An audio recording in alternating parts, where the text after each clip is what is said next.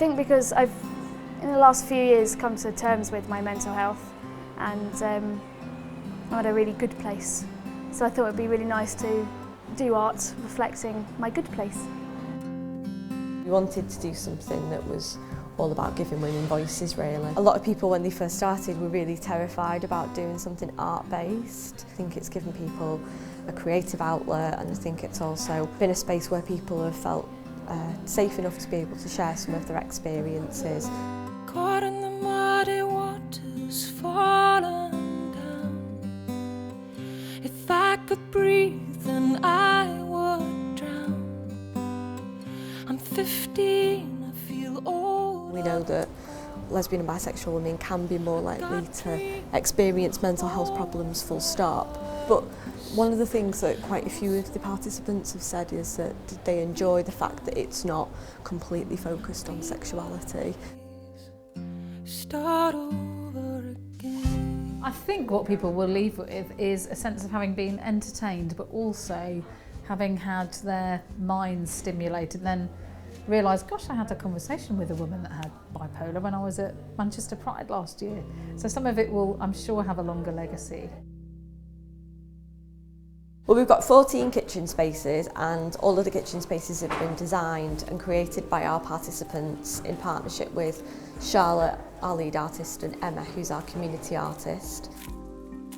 I think it was the retro kitchen that was one of the ones that really struck me, and I think that's Sarah, where there's some phrases on some toast.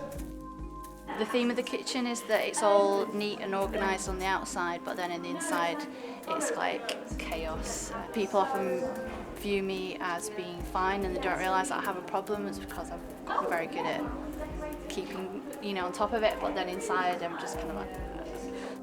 I travel a lot. I'm a student in Birmingham, so that's why all the tickets.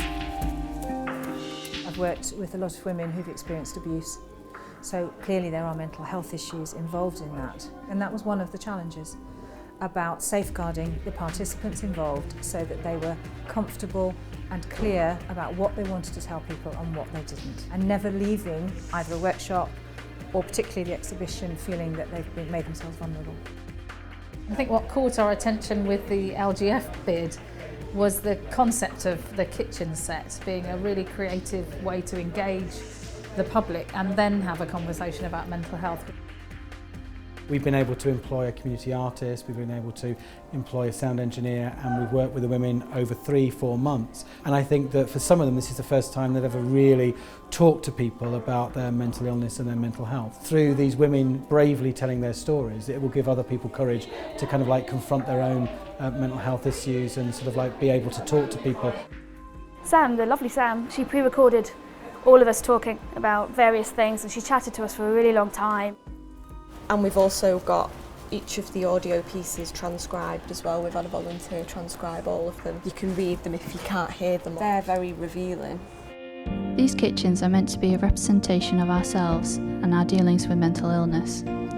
Mine, as well as demonstrating my love of things vintage and retro, is also meant to show my issues with long-lasting depression and obsessive-compulsive behaviours. In its theme, this kitchen looks to the past, and throughout this project I have repeatedly looked back at my own past and also my family's history with mental illness.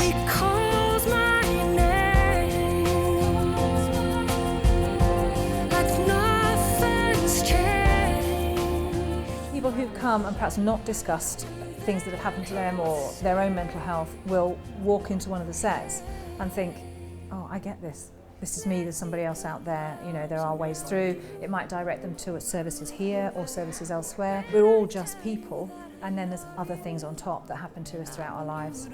This is my mother. Well, I've just had a quick look. I'm very impressed. It looks really good and it sums up what she was wanting to. I'm in a very good place, meeting good, lovely people, and a place that I'm safe, and I'm really free. I don't feel ashamed talking to people. It gives me joy to talk to people, so that they will change the way they feel about mental illness.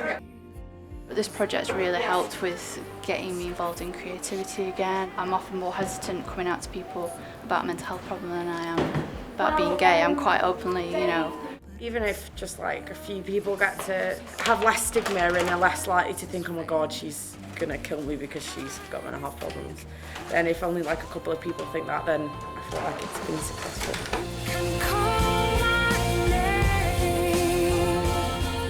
Charlotte has been so fantastic, and I'm not only you gonna miss her, I'm gonna miss her, and everyone that we work with in the kitchen. I hope that the participants who are obviously not as far along as me and are still in dark places, that they're a bit further towards being happy, that this has helped them. We're just normal people. We just happen to have an illness that happens to be in our heads.